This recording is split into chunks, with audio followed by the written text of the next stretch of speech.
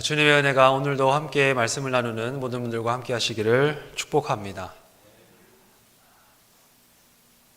네, 반갑습니다.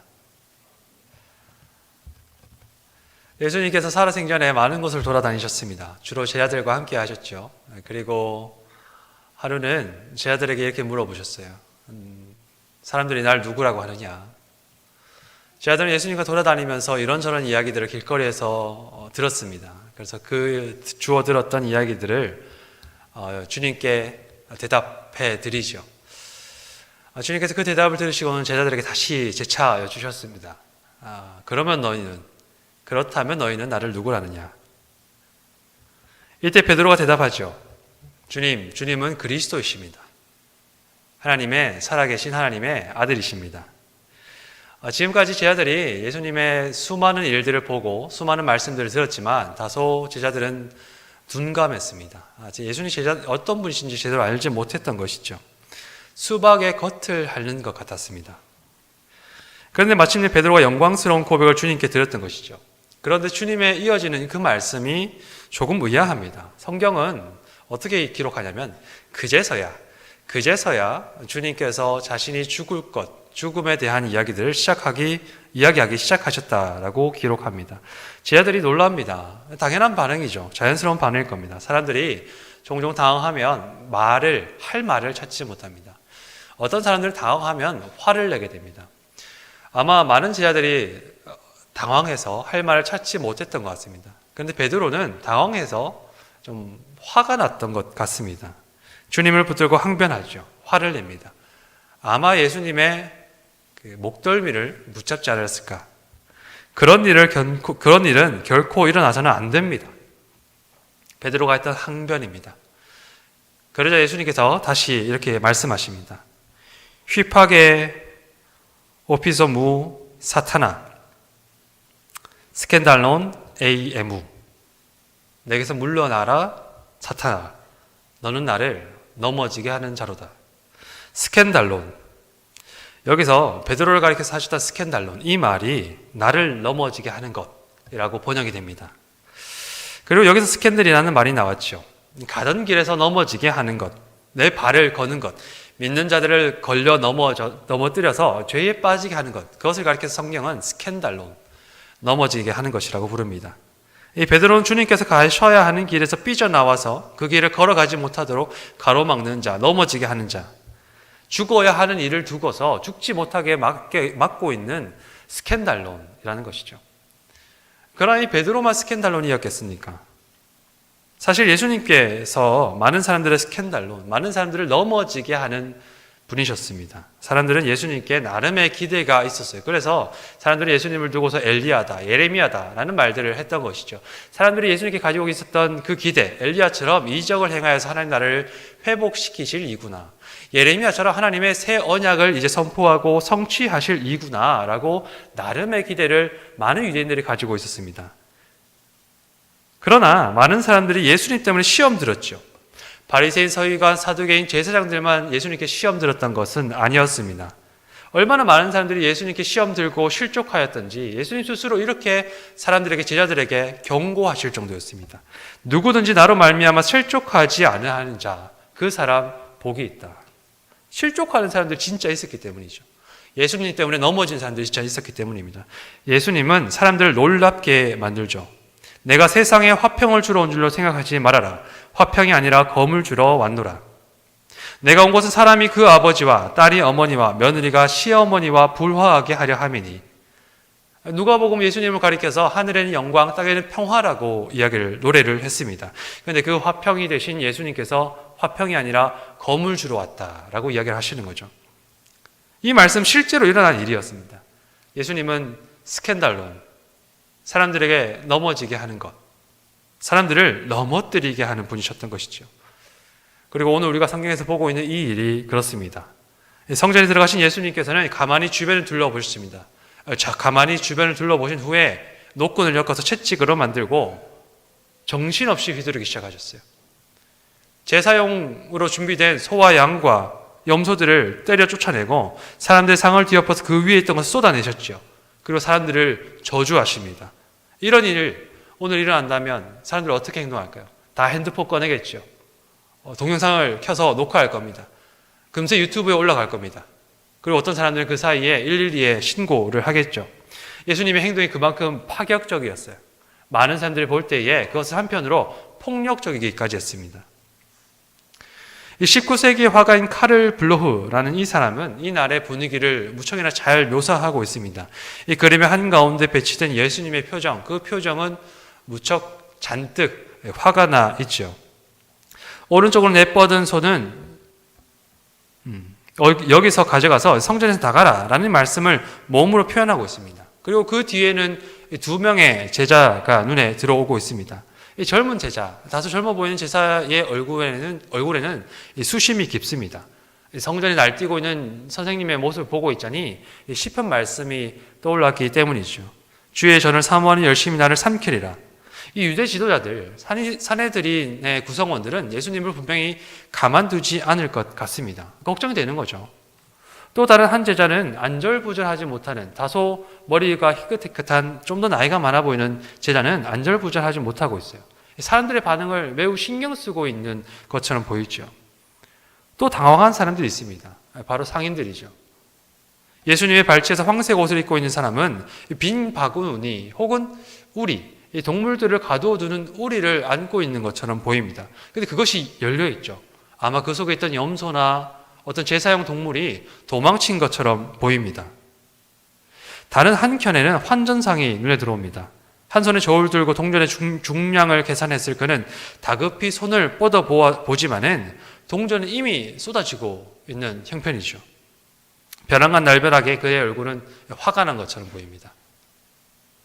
그리고 저 뒤에 흰색 천으로 머리를 가린 사람들, 그 사람들이 아마 산헤드린에 속한 유대인들의 지도자들, 대제사장과 서기관과 혹은 사두개인 성전 관리인일 것입니다.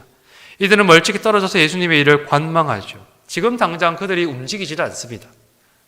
그러나 한 사람은 내리깔아 보는 눈빛으로, 다른 한 사람은 곁눈질하는 눈빛으로 예수님의 이 일을 재단하고 있죠.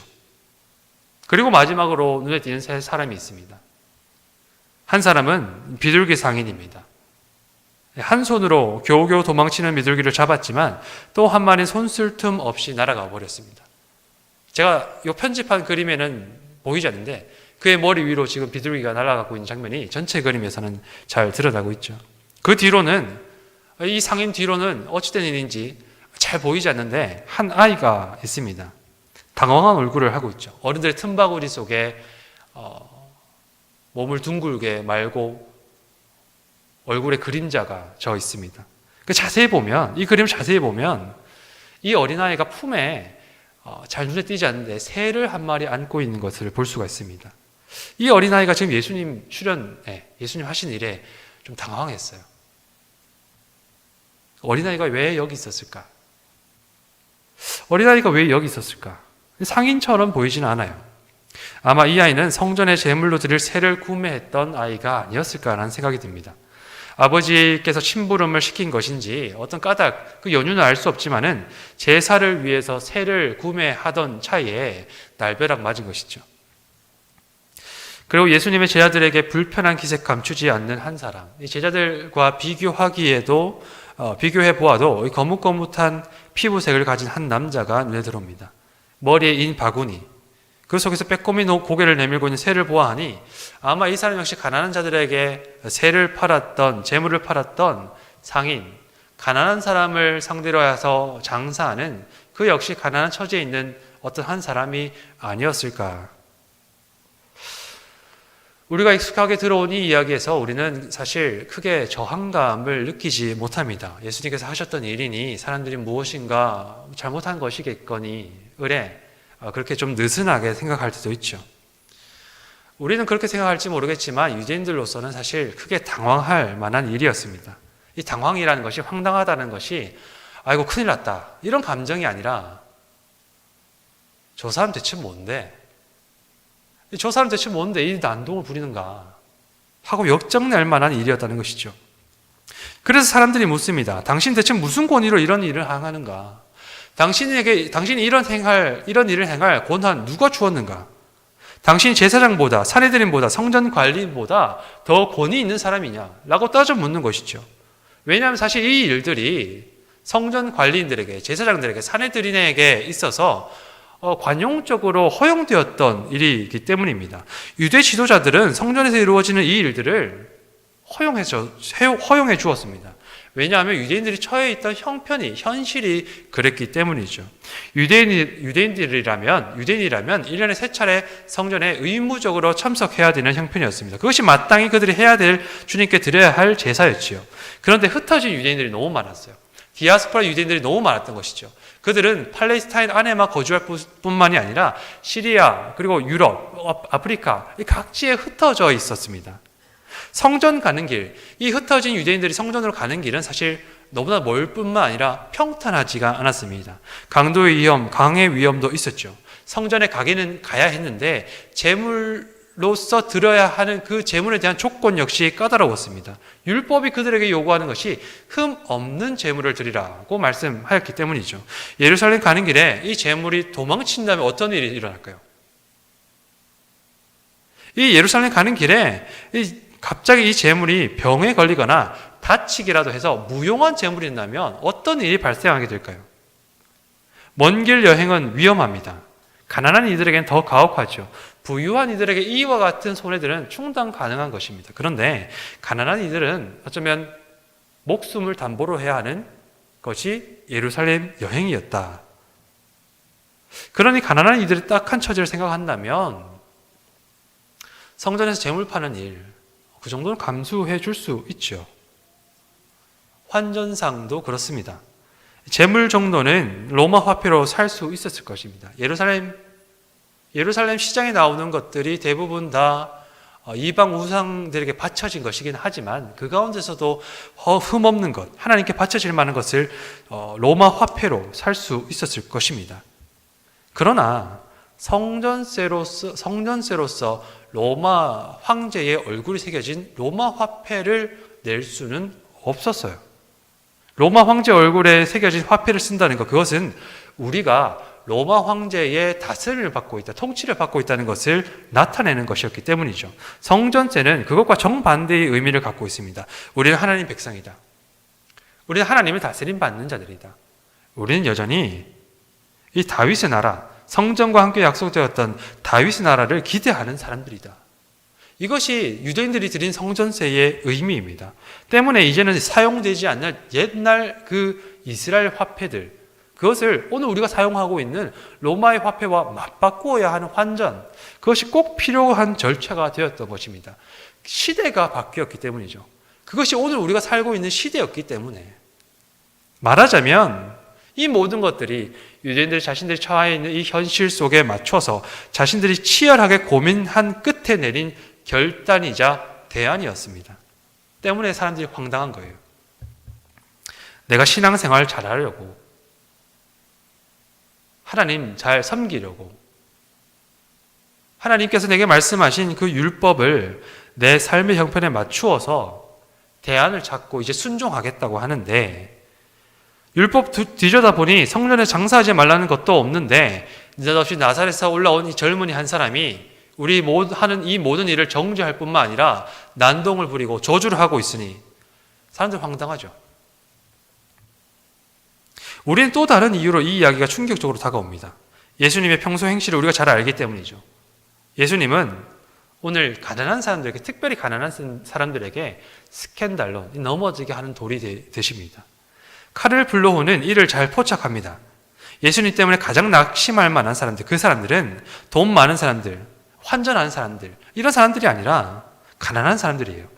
가난한 자의 제사를 드리는 사람들, 비둘기를 비롯한 새를 판매하고 그것을 구매하는 사람들 때문에 제자들을 향해서 금세 욕을 퍼부을 것 같았던 그 거뭇거뭇한 얼굴을 가진 그 사람의 얼굴이 잘 들어오게 되죠. 당황한 아이의 심정이 조금 이해될 것 같습니다.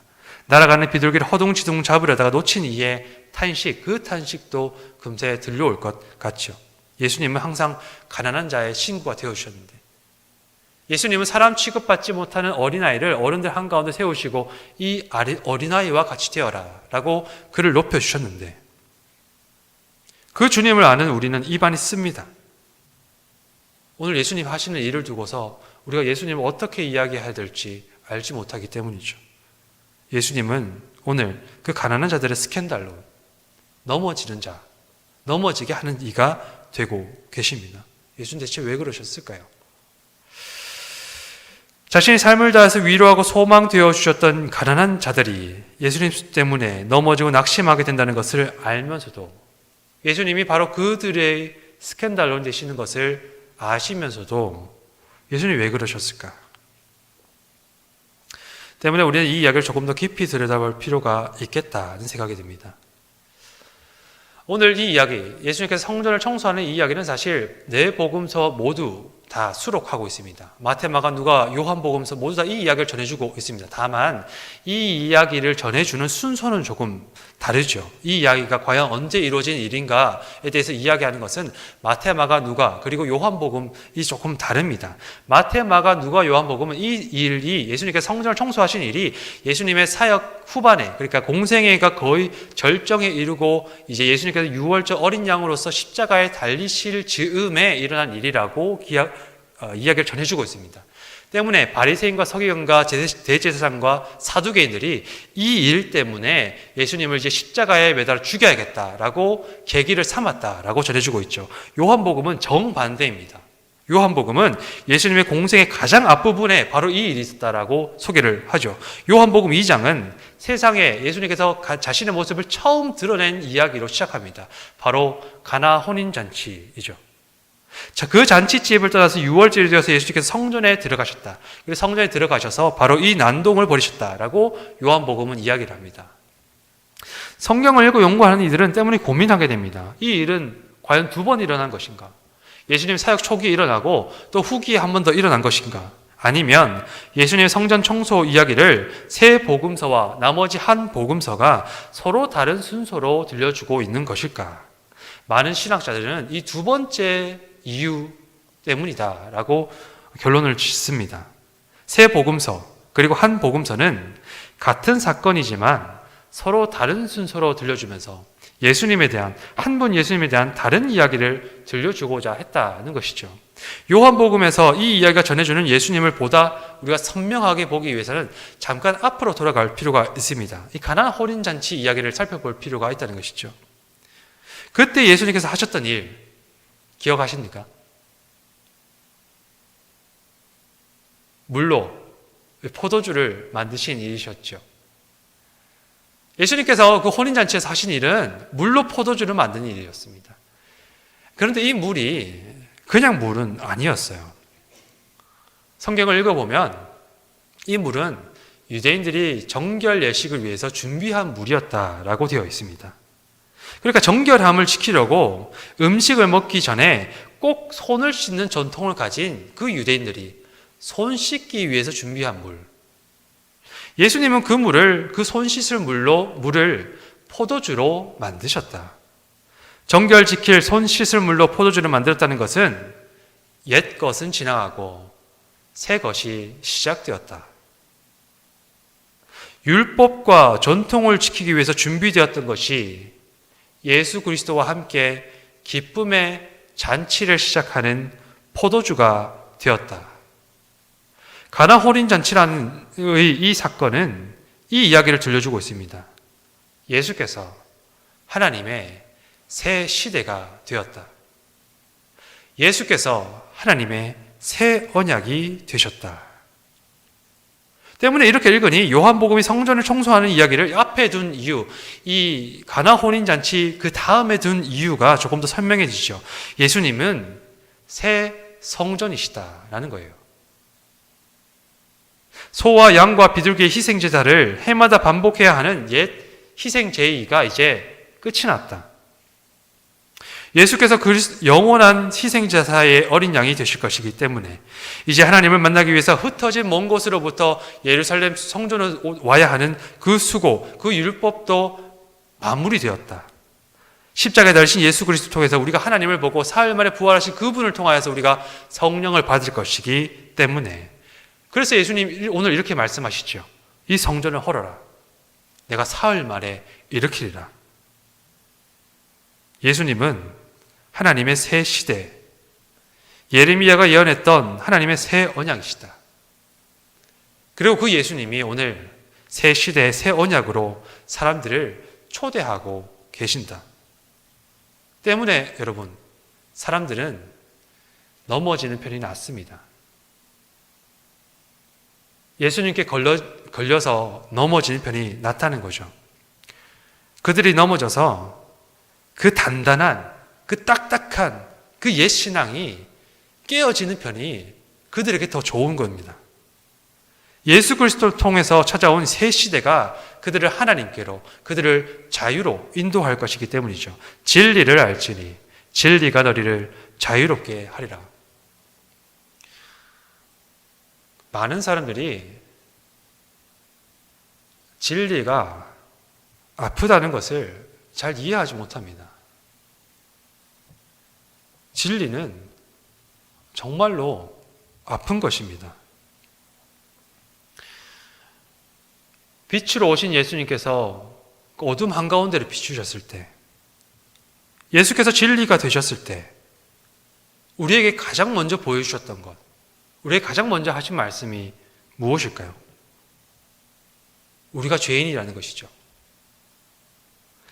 우리에게 소망이 없다는 것입니다. 사람이 자기 힘으로, 자신의 무의미함으로부터, 자기 자신을 초월해서 그 스스로 자기의 실존을 압도할 듯한 그 세상으로부터, 그 소외로부터, 절망으로부터, 낙심으로부터, 불안과 두려움으로부터, 이 모든 모습을 하고서 찾아오는 죽음의 위력으로부터, 세력으로부터 스스로를, 자신을 구원해내지도, 생명을 살아내지도 못하고 먹고 사는 일에 이리저리 휘둘리다가 헛된 것을 자기 신으로 삼고 살아가는 살아있지만 죽은 자들, 그것이 예수님께서 오셔서 우리에게 가장 먼저 비추어 주셨던 우리의 모습이라는 것이죠. 이것이 얼마나 뼈아픈 자각입니까? 우리들은 나름대로 자기 자신이 잘 살고 있다고 생각합니다. 내가 부족하긴 하지만, 모자라긴 하지만, 그러나 내일은 조금 더 나을 것이다. 우리에게는 희망이 있다. 나 정도면 괜찮지. 나 정도면 괜찮은 삶 살고 있지. 저 사람보다야 내가 그래도 조금 더 낫겠지. 모든 사람들이 다 그렇게 살아가죠. 그런데 예수님, 말씀이 육신이 되어서 우리에게 찾아오신 주님, 그 진리이신 말씀이 우리에게 비추어 주시는 것, 빛이 되셔서 우리에게 말씀해 주시는 첫 번째 것, 그게 아니라는 거죠. 우리 나름대로 자기 스스로에게 자신하지만 그거 아니라는 거죠. 우리 소망 없는 사람들, 우리는 소망 없는 존재자들이라는 것, 그것이 얼마나 뼈아프고 뼈저린 진리일까요? 히브리서 기자는 정확하게, 적확하게 그 진리의 속성을 포착합니다. 하나님의 말씀은 살아있고 활력이 있어 좌우의 날선 어떤 것보다도 예리하여 혼과 영과 및 관절과 골수를 찔러 쪼개기까지 하며 또 마음의 뜻과 생각을 판단하나니, 진리는 아픈 것입니다. 누가복음은 예수께서 불을 던지러 오셨다고 이야기합니다. 마태복음은 예수님께서 평화가 아니라 검을 주러 왔다고 이야기하시죠. 요한복음은 예수께서 우리의 넘어짐이 되었다고 이야기합니다. 그러나 우리가 넘어진 후에, 우리가 진리의 배임을 겪은 후에 하나님을 보게 되었다. 우리가 죄인임을 비로소 깨달은 후에야 하나님의 영광을 보게 되었다. 그러니 그들의 넘어짐, 예수께서 스캔달론, 그것이 되신 것이 도리어 축복이라는 것입니다. 성전에 모여든 사람들, 특히 가난한 사람들, 저 당황한 얼굴을 하고 이 제사용 제물로 산 이 새, 그것을 품 안에 품고서 몸을 둥글게 말린 이 어린아이의 넘어짐이 도리어 그에게 축복이다라는 것이죠. 진리가 왜 아픈 것이 될까요? 우리는 왜 진리에 앞서서 진리에 걸려 넘어지게 되는 것일까요? 그것은 우리가 딱딱하기 때문입니다. 이것은 사람의 습성이죠. 시간이 자연스럽게 우리에게 완숙함을 보장해 주지 않습니다. 시간이 간다고 해서 자연히 우리가 성숙해지는 것이 아니죠. 시간이 자연이 주는 것은 굳는 것입니다. 소복하게 내려앉은 먼지이죠. 자신을 부지런히 연단하지 않으면, 자신을 돌아보아 말씀에 비추어 보지 않으면 먼지가 쌓여 관절이 굳는 것을 우리는 알지 못한 채 시간을 흘려보내게 됩니다. 깨어있지 않은 믿음은 관습이 되기가 쉽죠. 유대인들이 참 안타까운 것은 거기에 있습니다. 사도행전에서 베드로가 이야기하고 로마서에서 바울이 이야기하는 것처럼 하나님께서 결코 그 유대인들을 포기하지 않으십니다. 하나님께서 하나님께서 스스로 언약 맺으신 그 사랑하는 백성들 포기하지 않으세요. 그런데 그들은 이스라엘이 멸망하고 유다가 멸망하고 잠깐의 독립왕조가 다시금 그리스와 로마의 멸망하는 아픔을 겪으면서도 예언자들이 외쳤던 그 단 한 가지를 깨닫지 못합니다. 너희는 돌 같은 마음을 제거하고 살처럼 부드러운 마음을 가지라. 너희는 스스로 할례를 행하여 너희 마음의 할례를 받으라. 유대인들은 그 모든 일들을 겪으면서도 더욱 굳게 율법을 준수하고 더욱 굳게 성전 지키는 것, 그것이 자기들 살 길이라고 믿었습니다. 율법에 담겨있는 하나님 마음, 성전에 나와서 나와 만나자, 나와 교제하자 라는 그 하나님 마음 깨닫는 것이 아니라 그들에게 주어진 형식과 관습 지키는 데 더욱 매진하게 되었다는 것이죠. 그러니 진리는 그 딱딱한 것에 아프게 다가옵니다. 그러니 진리는 그들에게 걸려 넘어지게 되는 것이죠. 내가 고집스럽게 지켜온 신앙의 관습은 스캔들론, 넘어지게 하는 것에 걸려서 깨어지게 됩니다. 주님의 성도 여러분, 우리는 어떻습니까? 진리가 우리에게도 아픈 것으로 다가오고 있습니까? 그러나 주님께서 분노하신 까닭은 이것 때문만은 아닙니다. 그저 사람들의 믿음이 굳어진 것이 문제였다면, 그것이 본질적인 성전 청소의 문제였더라면 주님께서 충격 주는 것만으로 충분하겠죠. 근데 오늘 예수님 보면 너무나도 화가 나 있으세요. 왜 그러셨을까요?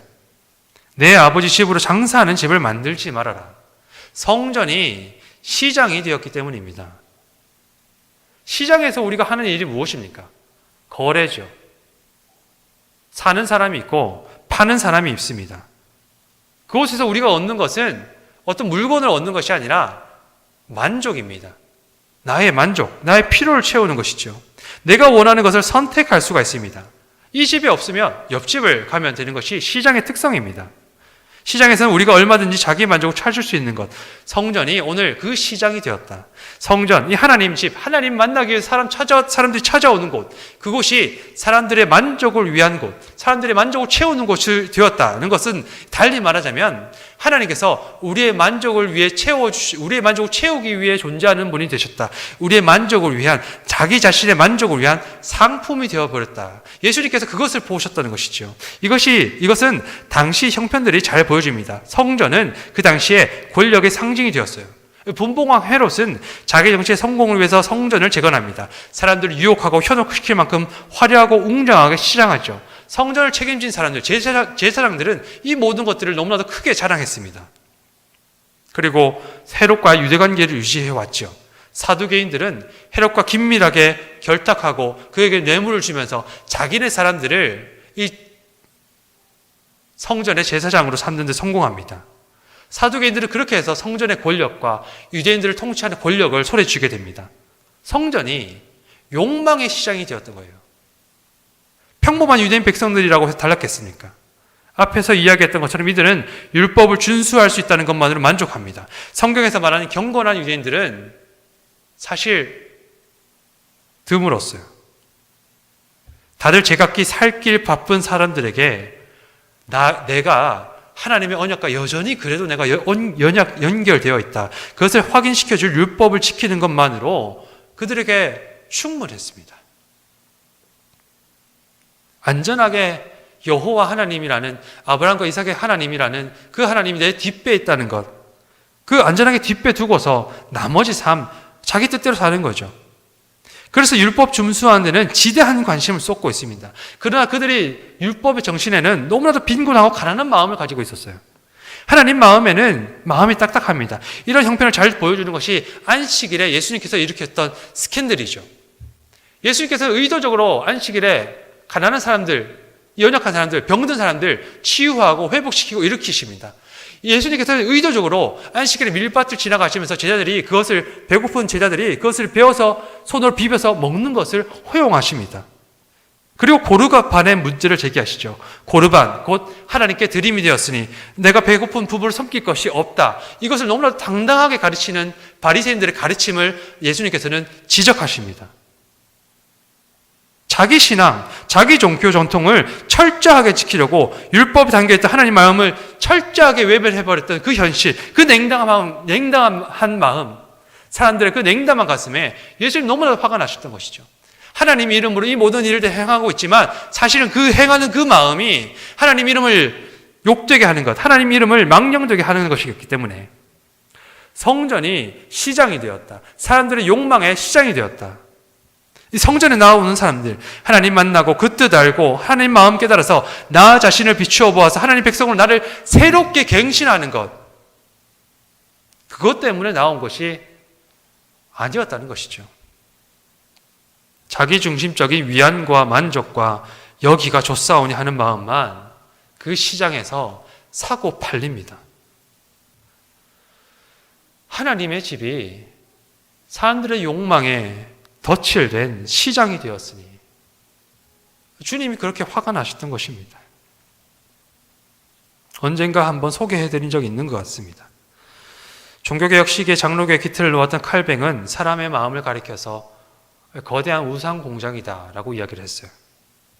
그 종교개혁 전통을 이어가는 교회는 지난 500년 넘는 기간 동안 지켜왔던 아주 기억에 남는 슬로건이 하나 있죠. 개혁된 교회는 개혁되어야 한다. 이 비단 교회, 이 공동체에만 해당되는 일일까요? 우리가 받은 은혜, 우리가 언젠가 만났던 하나님, 우리에게 주어진 믿음, 가만히 있으면 나도 모른 채 켜켜이 먼지가 쌓이고 굳어지게 됩니다. 처음 모습이 사라지고 굳어져서 내가 하나님이라 이름하고 있지만은 우상이 되어버리는 것을 우리는 경험하게 되죠. 그것이 애굽에서 구원받고 신의 산자락에서 금송아지를 만들어서 보라, 이것이 우리를 애굽에서 구원해낸 여호와 하나님이다 라고 불렀던 모든 사람의 한계입니다. 우리가 날마다 진리 앞에 서는 용기가 있기를 원합니다. 비록 진리가 우리를 넘어뜨리고 깨트린다 할지라도 은혜가 다시금 일으켜서 우리 영을 새롭게 하는 삶이 되기를 원합니다. 날마다 주님의 진리된 말씀 앞에 우리 자신을 비추고 스스로를 연단하여 날로 새로워지는 영혼 되시기를, 그래서 주님의 기쁨 되시고 주님의 마음 시원케 해드리는 한 사람의 성도 되시기를 주님의 이름으로 축원합니다. 함께 기도하시겠습니다. 하나님,